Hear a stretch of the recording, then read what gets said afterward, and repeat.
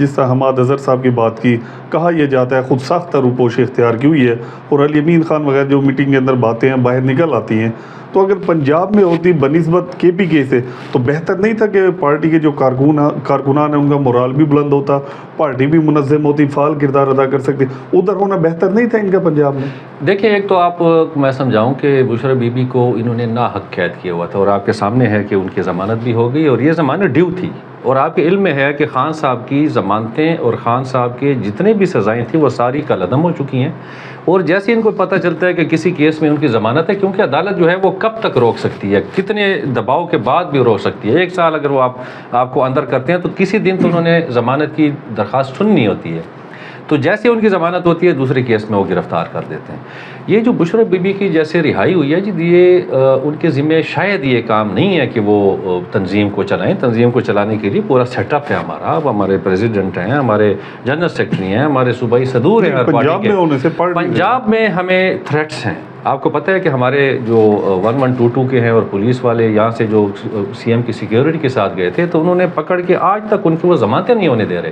اسی طرح ہمارے بہت سارے ایم پی ایس پکڑے ہوئے ہیں. تو ہمیں یہ خطرہ تھا کہ وہاں پہ یہ سیف نہیں ہوں گی. تو خان صاحب کی ڈائریکشن ہوئی. آپ کے جو وزیر ہیں علی امین خان یہ دعویٰ کرتے تھے جب کہا جاتا تھا سرکاری مشینری کا وہ استعمال کر رہے ہیں، تو ان کی سٹیٹمنٹ یہ آتی تھی کہ یہ پرائیویٹ مشینری میں لے کر جا رہا ہوں، اور آج آپ خود تسلیم کرتے ہیں وہ گورنمنٹ ملازمین. دیکھیں، ایک چیز میں آپ کو بتا دوں، یہ جو 1122 والے تھے یہ چونکہ آپ کو پتہ ہے کہ انہوں نے ایک آپ کا جو موٹر وے اس کو کھود کے اور وہاں پہ آگ لگا کے ان کو روکا گیا تھا. تو وہ کے پی کے حدود میں تھا. تو یہ 1122 والے وہ آگ بجھانے گئے کیونکہ بہت ساری آگ، آنسو گیس وہ کیا، انہوں نے جا کے وہاں سے ان کو پکڑا ہے. دوسرا جو کے پی ہاؤس میں کے پی کے حدود سے لے گئے. دوسرا جو یہ کے پی ہاؤس میں ہوا، ظاہر ہے سی ایم کے ساتھ 40-50 بندوں کی سیکیورٹی ہوتی ہے. سی ایم کے پی ہاؤس میں جا کے رینجرز نے اور پولیس نے جو سی ایم کی سیکیورٹی تھی اس کو ہر بندے کو پکڑ کے جیل میں ڈال دیا. تو وہ تو ثابت ہے، وہ یہ نہیں ثابت کر سکتے کہ یہ کیا ہوا. اب سی ایم کے پی کے ہاؤس جو ہے وہ سی ایم کا ہاؤس ہے اسلام آباد میں، ان کی اتھارٹی ہے. ان کے ملازمین کے پی ہاؤس سے تنخواہ لیتے ہیں، کے پی کی گورنمنٹ سے تنخواہ لیتے ہیں. تو یہ انہوں نے زیادتی کی. اور آپ کے علم میں ہے رینجرز گئے، اندر گئے، ان کی ویڈیوز موجود ہیں. آئی جی پولیس خود گیا ہے. گاڑی کی ڈگی میں گئی ہے. گاڑی کی ڈگی کی بات نہیں ہے، گاڑی کی ڈگی والی بات نہیں ہے. علی امین اتنا کمزور آدمی نہیں ہے کہ وہ ڈگیوں میں جائے گا. انہوں نے آپ کو سارا ڈیٹیل بتائی ہے کہ جس طرح سے وہ روپوش ہوئے ہیں. دیکھیں، کبھی کبھی آپ کو اپنی گرفتاری اوائڈ کرنی پڑتی ہے. اگر آپ اہم بندہ گرفتار ہو جائے اور وہ 3 مہینے جیل میں رہے تو پیچھے سارا سیٹ اپ متاثر ہوتا ہے. اچھا، اگر بات کی جائے سر، جو چیف جسٹس ہیں یا فریدی صاحب، علی امین خان نے دعویٰ کیا تھا کہ جو سینئر موسٹ ہیں جسٹس منصور علی شاہ صاحب، اگر ان کو نہیں لگایا جاتا چیز پاکستان بند کریں گے. اس میں ساتھ ایجنڈا یہ بھی تھا عمران خان کی رہائی بھی ہوگی. اب آپ نے بھی دیکھا، ہم نے دیکھا، پورے پاکستان نے دیکھا کہ جس وقت ان کی حلف وفاداری تھی، حلف برداری کی تقریب مان صدر میں تھی، تو علی امین خان بھی وہاں پر موجود تھے. جی، سی ایم صاحب کے موجود تھے. دیکھیں، تو یہ بعض ٹائم آپ کہتے ہیں کہ وہ سی ایم ہے، کبھی آپ کہتے ہیں پارٹی کے پریزیڈنٹ. وہ میٹھا پپ والی بات آ جاتی ہے نا سر. جہاں آپ نے استعمال کرنا ہوتا ہے سی ایم کے طور پہ استعمال کرتے ہیں اس کو، کہیں پر آپ پارٹی صدر. دیکھیں، وہ ہمارے صوبائی صدر بھی ہیں، اور اس وقت میں نے پہلے آپ کو بتایا کہ خان صاحب کو ان پہ بڑے اعتماد ہے. اور یہ جو پروپیگنڈا مشین وہ شروع ہو جاتی ہے نا، پروپیگنڈا چیزیں، یہ بڑا اثر بھی دکھاتی ہیں. خان صاحب کو علی امین پہ بڑا اعتماد ہے. دوسری بات یہ ہے کہ جو ہماری 26ویں ترمیم کا معاملہ تھا، آپ کو پتہ ہے کہ ہم خود روپوش تھے. ایم این ایز جتنے تھے 2 ماہ سے ہمیں پارٹی کی ڈائریکشنز تھی کہ آپ نے کسی جلسے جلوس میں نہیں جانا، آپ نے کہیں باہر نہیں جانا. اور آخری 20 دن تو ہم بالکل موبائلیں بند کر کے، کیونکہ ہمیں جو اچھا اسی میں گفتگو آپ جس سے کریں اسی میں تھوڑا سا یہ سوال ذہن کر لیتے ہیں کہ جس طرح آپ نے کہا ہے کہ جو ایم این ایز ہیں ان کو تھریٹ سے پارٹی کی جانب سے تھا کہ انڈر گراؤنڈ ہو جائیں، تو بڑی بڑی آفریں، یہ باغی پراپگنڈا تھا یا اس میں حقیقت تھی؟ یا پاکستان تحریک انصاف آپ کو بھی کوئی آفر وغیرہ تھی ادھر؟ کچھ اس قسم کی باتیں تھیں ڈیر اسماعیل خان، کیونکہ آپ کا تعلق ٹانک سے ایک ہی ریجن ہے، کہ داور خان بھی شاید اس لسٹ میں ہے جہاں وہ کراس کی جاتی تھی. تو کوئی آفر وغیرہ کچھ ہے تو نہیں آپ کے ساتھ؟ جو میرے جاننے والے ہیں وہ مجھے جانتے ہیں. ہم ملنگ لوگ ہیں، ہم سادے لوگ ہیں. یہ اتنے زیادہ اربوں روپے کی جو آفریں ہوئی ہیں میں آپ کو بتاتا ہوں ڈیٹیل میں. ان کی طرف ہم نہیں جاتے. ہم اصولوں کی سیاست کرتے ہیں. ہمارا جو ہے نسل در نسل سیاست سے بھی تعلق ہے، اور ہم کوئی لینڈ لارڈز نہیں ہیں، ہم نے عوامی سیاست کی ہے، باپ دادا سے عوامی سیاست کرتے آئے ہیں۔ تو ایک چیز میں آپ کو بتاؤں کہ جو یایا فریدی والا ہے اس میں ہم بعد میں آ جاتے ہیں، یہ تھریٹ میں ابھی ایکسپلین کرنے لگا تھا۔ تھریٹ مینس کہ ایک تو یہ تھریٹ جو تھا نا یہ بڑا میٹھا تھریٹ تھا، 1 ارب 30 کروڑ سے مجھے آفر سٹارٹ ہوئی، 2 ارب پہ ختم ہوئی ہے، 2 ارب پہ نق، اور جو مزید چیزیں ہیں وہ میں آپ کو مزید ڈیٹیل میں نہیں جاتا، لیکن یہ فیکٹ ہے اور بہت سارے لوگوں کو پتہ ہے، دیتے رہے اس میں حقیقت ہے۔ اور انہوں نے یعنی میں اس پہ حیران ہوں کہ جو ہمارے 10 بندے گئے ہیں نا کہ وہی ہمیں دھمکیاں تھی، ہمیں تھریٹس تھے، ہمیں چیزیں بچوں کو اٹھایا گیا، وہ جو ہمیں جو الیکشن کے دوران تھا، اس دوران جو ان کا یہ بچوں کو اٹھانا، خواتین کو اٹھانا، یعنی میری والدہ پہ، میری بیوی پہ، میری بھابھی پہ، ہمارے مصطفیٰ خان کنڈی میرا بھائی ہے اس کی، ان پہ ایف آئی آرز ہوئیں، یہ ہم چیزیں ہم نے گزاری ہیں، ہم نے اپنے اوپر ایف آئی آرز گزاری ہیں، یہ ہم نے وہ ایکچوئل تھا۔ یہ تھریٹ جو تھا نا یہ بڑا میٹھا تھریٹ تھا، اور میں ان 10 ایم این ایس پہ حیران ہوں کہ وہ کیسے کہہ سکتے ہیں کہ ہمارے ساتھ زیادتی ہوئی، کیونکہ ہمیں تو جو آفر ہوئی اتنی منت سماجت کر کے آفر ہوئی کہ وہ ہمیں منت کر رہے تھے کہ برائے مہربانی آپ یہ چیز لے لیں، اور اس کے علاوہ چونکہ ہم نے مزید ان سے بات کرنی مناسب نہیں سمجھی تو ان کو آفر بہت زیادہ آئی، یعنی وہ خوشی سے گئے ہیں، خوشی سے لے رہے تھے، اور میں حیران یہ تھا کہ حکومت کے پاس اتنے اربوں روپے اگر ہیں ایم این ایس کو دینے کے لیے، کیونکہ مجھے لگتا ہے کہ 4 5 6 ان کی جماعتیں تھیں جو اتحاد میں ہیں، 10 15 ایم این ایز انہوں نے تھریٹ کر کے یا وہ خرید کے اپنا ان کو پورا کیا، تو ایک تو یہ غیر جمہوری، لیکن یہ حیران ہوں کہ وہ کیسے کہتے ہیں کہ ہمارے ساتھ زیادتی ہوئی ہے، کیونکہ ہمیں جو آفر ہوئی ہے وہ بڑے پیار محبت والی آفر تھی کہ آپ پارٹی چینج کر کے ہماری طرف آئیں اور ہم آپ کو اتنے پیسے دیتے ہیں، اور بھی چیزیں تھیں جو ہم نے سننا گوارا نہیں کی، اور ہم نے کیونکہ عمران خان کو ہم نہیں چھوڑ سکتے۔ اچھا سر، اب یایا صاحب جو ہیں چیف جسٹس بن چکے ہیں، جو ان کے پہلے آرڈر نکلے ہیں وہ آپ کے سامنے ہیں، تو کیا لگتا ہے آپ کو، اب وہی کمیٹی کے جسٹس منصور شاہ صاحب، جسٹس منیب اختر صاحب بھی ان کے ساتھ ہیں رائٹ لیفٹ، تو یہ حکومت آپ دیکھتے ہیں آگے چل پائے گی؟ اس بارے میں آپ کا کیا ویوز ہے؟ دیکھیں میں اس ترمیم کے حوالے سے کہوں، جو بنیادی طور پہ پی ٹی آئی یا جمعیت علماء اسلام یا اور کچھ چند جماعتوں کو جو ریزرویشنز تھی نا، وہ ترمیم جو 54 امینڈمنٹس والی ترمیم تھی اس میں تھا ملٹری کورٹس، یہ جو جج والا یا سینئر موسٹ جج والا یا ایک بینچ بنانا، یہ چیزیں اتنی خطرناک نہیں تھیں۔ دیکھیں گورنمنٹ ترمیم کرتی رہتی ہے، تو آپ نے دیکھا ہوگا کہ جو پی ٹی آئی کا سٹانس تھا وہ سختی سے تھوڑا نرمی کی طرف آیا، ہمارے ایلڈرز جو تھے وہ بیٹھے، ہمارے مولانا فضل الرحمان کو نہیں جاتا؟ میں بتاتا ہوں جی، مولانا فضل الرحمان تو اس وقت خفا ہیں، وہ تو بڑا گلہ کر رہے ہیں کہ میرے ساتھ 2 نمبر گیم ہوئی ہے، کل ان کی اسٹیٹمنٹ آئی ہے کہ میرے ساتھ دھوکہ ہوا تھا، ان کو یہ کہا گیا تھا کہ جی منصور علی شاہ کو ہم لیں گے سینئر موسٹ، تو آج ان کی میں نے اسٹیٹمنٹ پڑھی کہ وہ کہتے ہیں کہ مجھے منصور علی شاہ کا انہوں نے کہا اور ان کو بنا دیا یا فریدی کو، وہ مطمئن نہیں ہے۔ مولانا صاحب ہمیشہ ایسی گیم کرتے ہیں کہ وہ بھی خوش وہ بھی خوش، اور اگر ناراض تو دونوں ناراض، اگر خوش تو دونوں خوش، یہ آرٹ کسی کے پاس بھی نہیں ہے سوائے مولانا فضل الرحمان کے، کوئی اتنے بڑے، ان کو ہم اپریشیٹ کریں گے کہ وہ اگر راضی رکھتے ہیں دونوں سائڈوں کو راضی رکھتے ہیں، اگر خفا کرتے ہیں دونوں سائڈوں کو خفا کرتے ہیں۔ 27 جو ملٹری کورٹس کے حوالے سے 27 آئینی ترمیم ہے، اس کی تیاریاں شروع ہو چکی ہیں، وہ کہہ رہے ہیں بڑی دھوم دھام سے لے کر آئیں گے ملٹری کورٹس کے حوالے سے۔ یا فریدی والی بات کو تھوڑا سا 1 منٹ میں سم اپ کر کے پھر یہ 27ویں ترمیم پہ آتے ہیں۔ یہ یا فریدی والا جو ہے، دیکھیں ہمارا جو چیئرمین ہے بیرسٹر گور، وہ سپریم کورٹ کے بڑے ٹاپ کلاس کے وکیل ہیں، اسی طرح سلمان اکرم راجہ وہ ہمارے بیرسٹر، جو ہمارے جنرل سیکرٹری ہیں مرکزی، وہ ہمارے بیرسٹر گور سے بھی اعلیٰ پائے کے وکیل ہیں، اسی طرح سردار لطیف کھوسا، اسی طرح اعتزاز احسن کی بھی آج کل ہمارے ساتھ وہ ہے۔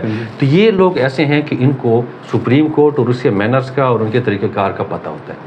تو یہ جب ہماری میٹنگز ہوئی تو بیرسٹر گور نے کہا کہ ہم ویٹ کریں گے، ہم اس سے پہلے خان صاحب کو بھی انہوں نے بریف کیا کہ ہم دیکھتے ہیں کہ یہ ترمیم کے بعد یا فریدی یا منصور علی شاہ یا منیب کس کو لیتے ہیں، اس کے بعد ہم ویٹ کرتے ہیں کہ کیا رزلٹ آتا ہے، پھر اس کے بعد ہم اپنا احتجاج کا یا جو بھی لائے عمل کا وہ ہم طے کریں گے۔ تو اس میں آپ نے دیکھا کہ یا فریدی پہ پارٹی نے کہا کہ اس کے خلاف ہم نے کوئی اسٹیٹمنٹ نہیں دینی، کہ ہم پہلے دیکھ لیں۔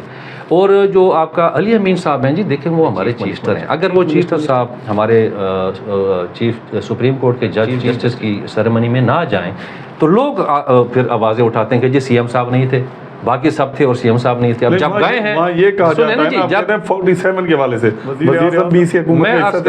میں وہی آپ کو بتانے لگا تھا، جس سے پہلے میں نے آپ کو بتایا کہ جب پارٹی کی لائن آئی کہ آپ تھوڑا ویٹ کریں،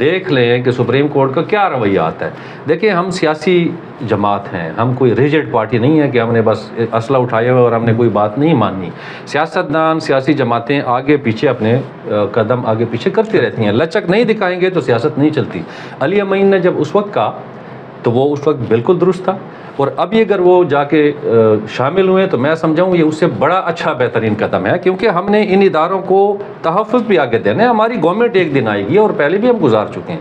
تو میرے خیال میں علی امین کا جانا یہ بہت ہی بہتر, ایک بڑا اچھا میسج ہے, اور میرے خیال میں ان کے جانے سے ان کو امبیرسمنٹ ہوئی ہے جو ایکسپیکٹ کر رہے تھے کہ علی امین صاحب نہیں آئیں گے. اچھا سر, 8 یا 9 ماہ تقریباً گزر چکے ہیں جو حکومتیں بنی ہیں. پاکستان تحریک انصاف کو ہم دیکھ رہے ہیں وہ پروٹیسٹ میں ہی لگی ہوئی ہے.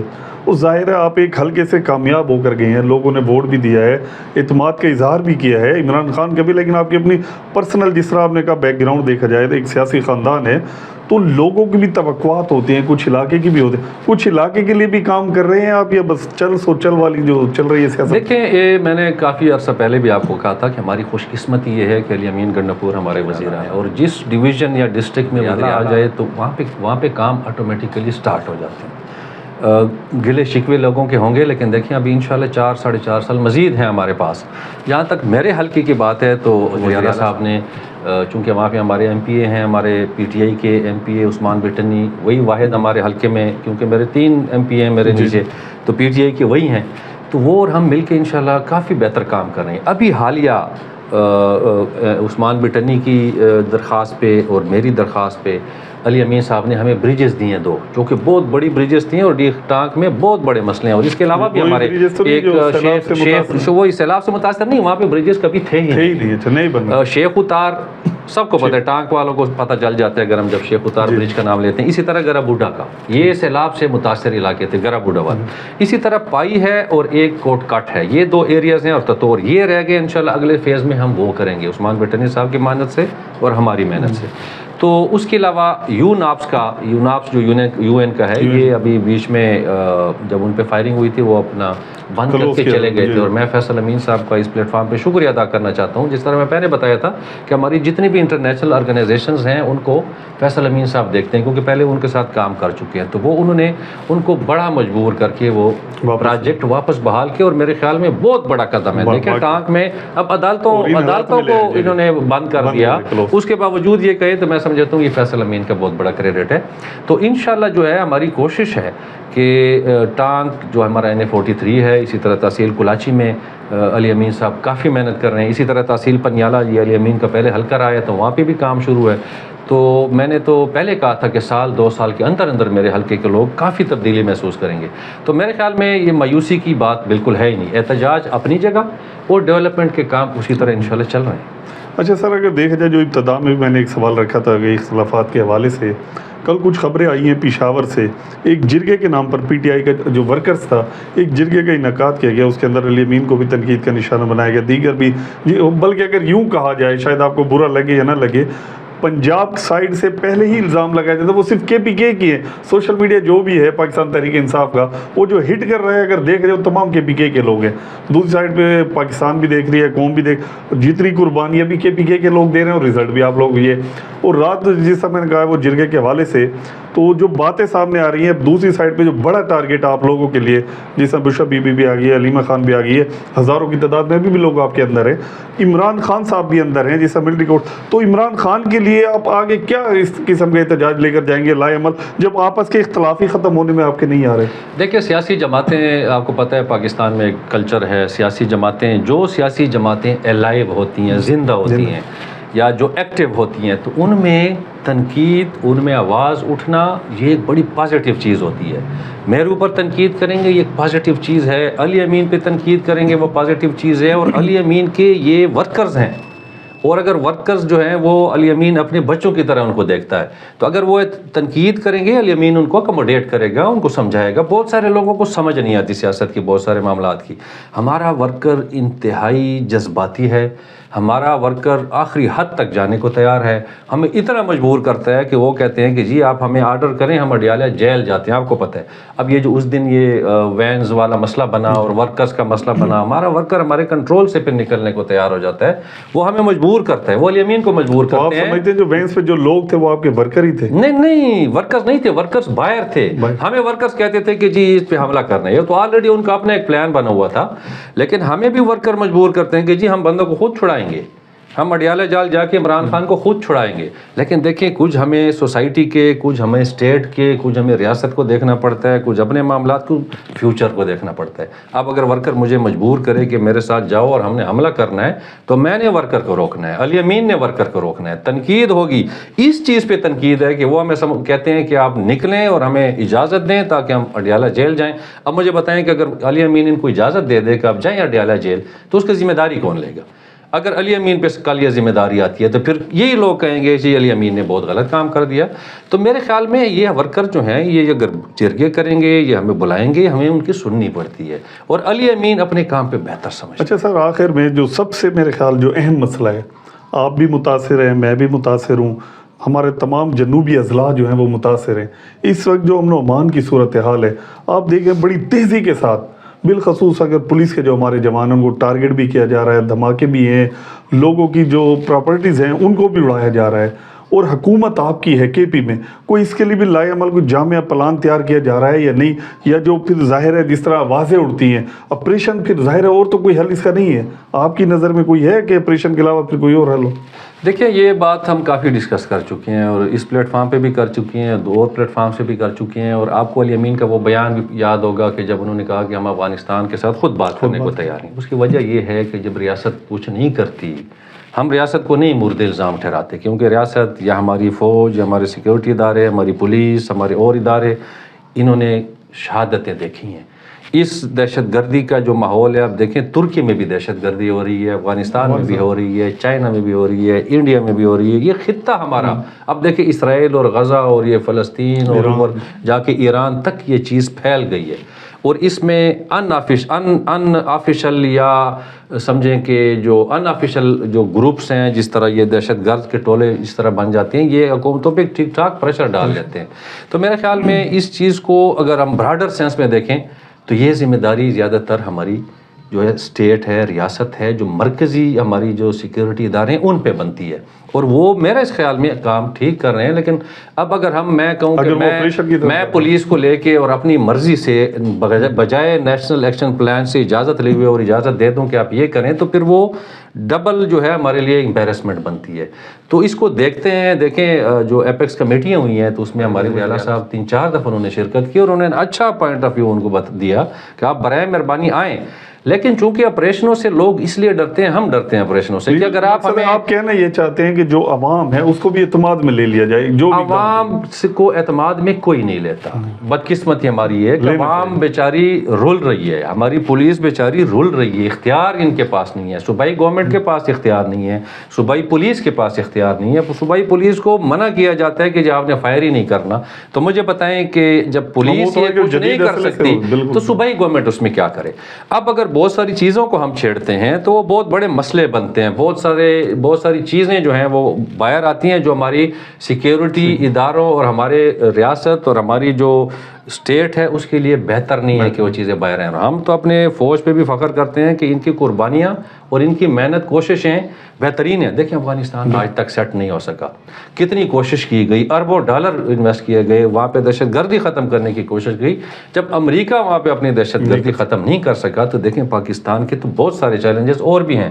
ہماری کوشش ہے، دیکھیں حکومت ہماری ہے، ہم نے کافی دفعہ فیڈ بیک دیا، جو کہ علاقے کے بھی لوگ ہیں، بہت سارے معاملات ہیں، پھر لب کشائی ہو نہیں سکتی، لب کشائی کرتا ہے بندہ تو وہ اور بھی مصیبت میں بندہ پھنس جاتا ہے۔ تو ہر بندے کی ہماری کوشش ہے، لیکن مجھے لگتا ہے کہ شاید ماضی تو نہیں کہہ سکتا، جو مستقبل قریب ہے اس میں شاید ہمیں کوئی رزلٹ نہیں ملے۔ بہت شکریہ سر۔ جی ناظرین، آج کا جو انٹرویو آپ نے دیکھا داور خان کنڈی کے حوالے سے، میں صرف آخر میں ایک ہی بات کہوں گا، باقی تو آپ نے تمام سنے ہیں جو بھی سوال جواب تھے، کہ ایک چیز جو داور خان سے جو کہہ سکتے ہیں جس طرح نکلوائی گئی ہے یا نکالی گئی ہے، یا انہوں نے کہا ہے کہ جو الزامات لگائے جا رہے تھے کہ زور زبردستی کے ساتھ پاکستان تحریک انصاف کے MNAs ہیں، سینیٹرز ہیں، ان کو ریاست یا ادارے جن پر بھی الزام لگایا جاتا تھا کہ وہ زبردستی ووٹ ڈلا رہے ہیں، لیکن انہوں نے بتایا بڑے ہی پیار کے ساتھ پرکشش ان کو آفر دی گئی ہے اور وہ خوشی سے گئے ہیں، اس لیے وہ ان کو وہ پارٹی کا غدار ڈکلیئر کرتے ہیں۔ تو اس کے ساتھ اجازت دیجیے، اللہ حافظ۔